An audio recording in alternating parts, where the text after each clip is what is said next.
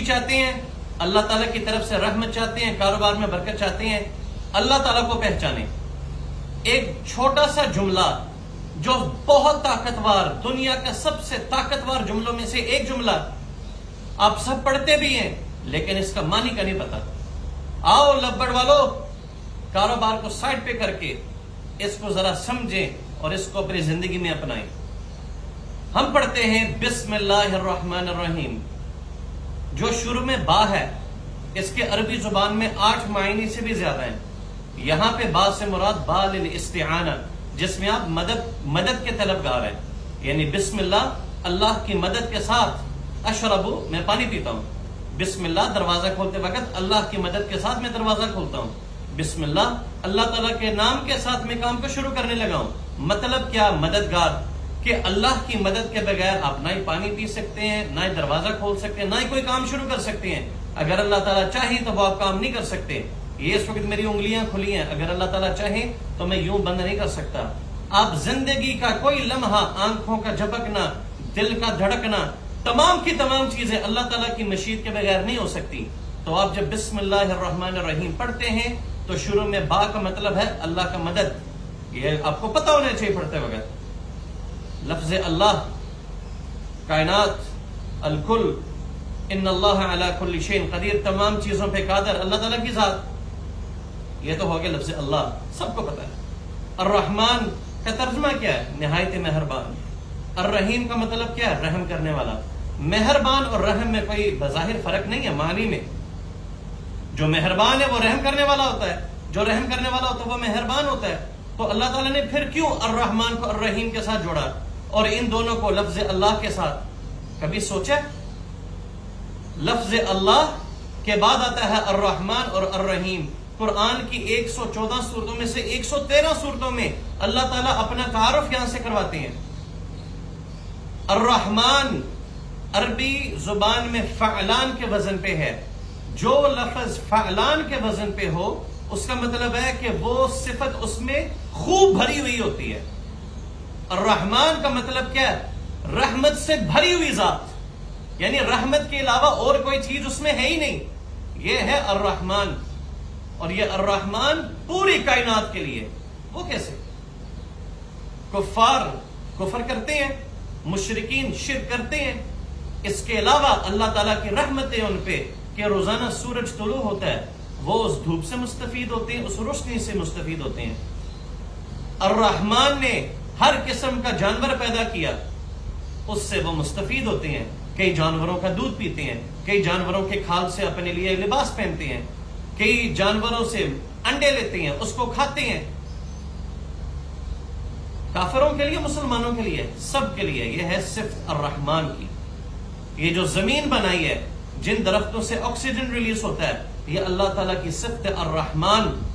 اور اللہ تعالیٰ کی رحمت جب مثال دی جاتی ہے حدیث میں تو 70 ماؤں سے زیادہ اللہ تعالیٰ کی رحمت ہے۔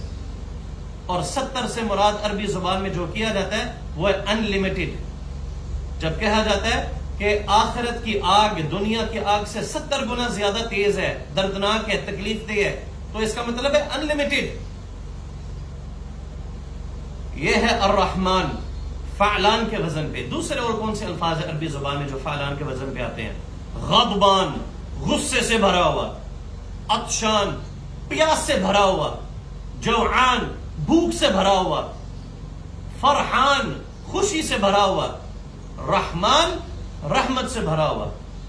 تو جب آپ کام شروع کرتے ہیں تو آپ اس ذات کی مدد کے ساتھ کر رہے ہیں جو رحمت سے بھرا ہوا ہے۔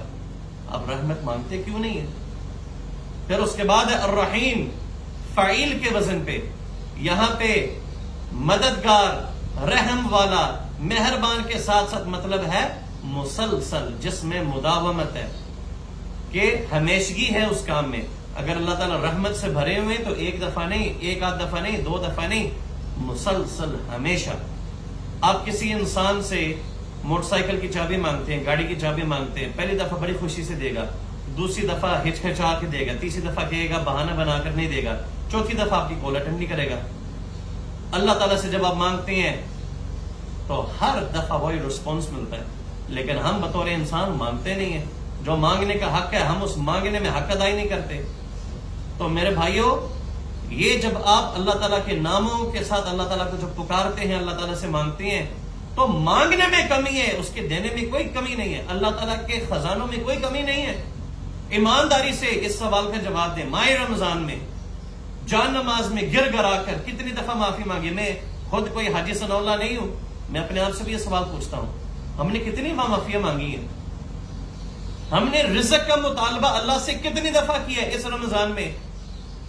اللہ تعالیٰ رزق میں اضافہ کر دے، بس بات ختم۔ آپ احکم الحاکمین مالک الملوک سے مانگ رہے ہو اور 2 سیکنڈ کی اس طرح دعا مانگ کے منہ پہ پھونک مانگ کے سائڈ پہ چلے گئے۔ بادشاہ کے سامنے جب آپ پیش ہوتے ہو، سب سے خوبصورت لباس، سب سے خوبصورت خوشبو، سب سے خوبصورت مشیت اور حیت میں آپ پیش ہوتے ہیں، اپنے الفاظ کا چناؤ اچھا کرتے ہیں، سوچتے ہیں، سمجھتے ہیں بات کرنے سے پہلے۔ اللہ تعالیٰ کے سامنے پیش ہونے کا بھی ایک طریقہ ہے، آپ وضو کی حالت میں ہو، وضو کی حالت میں ہو، لباس صاف ستھرا ہو، پاک ہو، اللہ تعالیٰ کے ناموں کے ساتھ اللہ تعالیٰ کو پکاریں، درود شریف کی تلاوت کریں، اللہ تعالیٰ کی حمد بیان کریں، پھر اللہ تعالیٰ سے مانگیں، اور اس مانگنے میں یقین ہو کہ جو میں مانگ رہا ہوں اللہ تعالیٰ کی ذات دے سکتی ہے، اللہ تعالیٰ کے دینے میں کوئی کمی نہیں ہے۔ آپ کے اگر مانگنے میں شک ہے تو آپ کو وہ ملے گا نہیں۔ ایک حدیث ہے کہ اللہ تعالیٰ کہتے ہیں میں اپنے بندے کے ساتھ اس کے گمان کے مطابق دیتا ہوں، جتنا میرے بندے پہ مجھ پہ گمان ہے میں اتنا ہی اس کو نوازتا ہوں۔ اگر آپ کے مانگنے میں کمی ہے، اگر آپ کے مانگنے میں شک ہے، تو پھر آپ کو دیا بھی اس طرح جائے گا۔ جو اللہ الرحمن الرحیم ناممکن کام کو دنیا میں ممکن کر دکھا سکتا ہے، تو آپ لوگوں کے لبڈ بریڈر والوں کے ایگریکلچرسٹ کے چھوٹے موٹے کام کیوں نہیں ہو سکتے؟ جس ذات نے یونس علیہ السلام کو ایک مچھلی کے پیٹ میں زندہ رکھا، 40 دن 40 راتیں، اور صحیح سلامت اس مچھلی کے پیٹ سے زندہ نکالا، ابراہیم علیہ السلام کو ایک تڑپتی ہوئی ایک آگ کے اندر آزمایا رکھا، صحیح سلامت بغیر جلنے کے نکالا۔ کتنی مثالیں ہیں۔ موسیٰ علیہ السلام کو نجات دی فرعون کے قتل کرنے سے، جس وقت تمام بچوں کو ذبح کیا جا رہا تھا، موسیٰ علیہ السلام کو اللہ تعالیٰ نے نجات دی، حالانکہ وہ بادشاہ تھا، سلطنت تھی، طاقت تھی، فوج تھی، جیش تھی، ایجنسیاں تھی اس کے پاس، اللہ تعالیٰ نے بچایا۔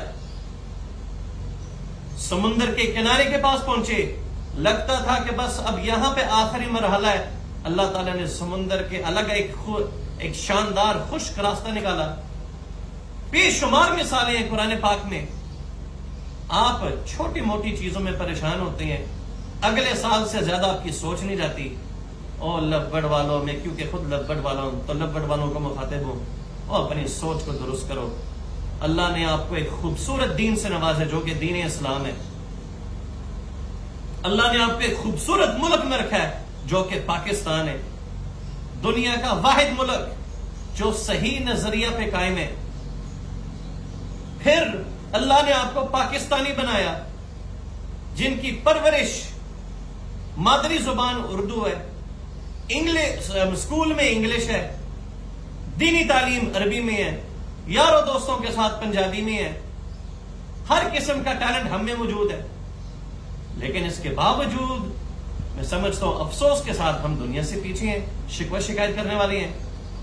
آج کا پیغام میں آپ کو دینا چاہ رہا ہوں، اللہ سے مانگیں، اللہ کو سمجھیں، اللہ کے بارے میں پڑھیں۔ اگر آپ کو لگتا ہے نا کہ آپ کو بہت کچھ پتا ہے تو بہت کچھ ہے ہونے والا۔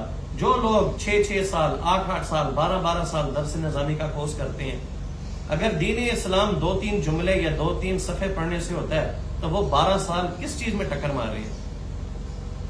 جتنا وقت سوشل میڈیا پہ دیتے ہیں نا، اتنا ہی وقت اللہ تعالیٰ پہ دیں، اور آپ دیکھنا کس طرح سرخرو ہوں گے، کتنی خوشیاں ہوں گی۔ اللہ تعالیٰ کے ساتھ کاروبار تو کر کے دیکھیں، دیکھنا زندگی میں کتنی خوشیاں آتی ہیں۔ اگر آپ اللہ کے راستے میں دیں گے، میں آپ سے آج ایک بات کرتا ہوں، آپ ایک انسان کو ایک تحفہ دیتے ہو، اس تحفے کی مالیت ہے 1000 روپے۔ جب وہ بندہ آپ کی طرف چل کے آتا ہے یا جب اس کے تحفے دینے کی باری آتی ہے تو ایک انسانی معیار ہے، وہ اس سے زیادہ ملکیت یا کم از کم اس برابری کی ملکیت کے برابر آپ کو لوٹائے گا واپس، ایسا کیا نا؟ اب یہ تو نہیں ہے نا کہ آپ نے اس کو 1000 روپے کا تحفہ دیا اب وہ آپ کو 50 روپے کا تحفہ واپس دے گا. اس کی شان کے خلاف ہے, اصول کے خلاف ہے. اپنی استطاعت کے مطابق کرے گا نا. یہاں پہ اب اللہ کے راستے میں دیتے ہیں 1000 روپے, اللہ تعالیٰ آپ کو کیا 999 واپس دے گا؟ اللہ کی شان کے خلاف ہے.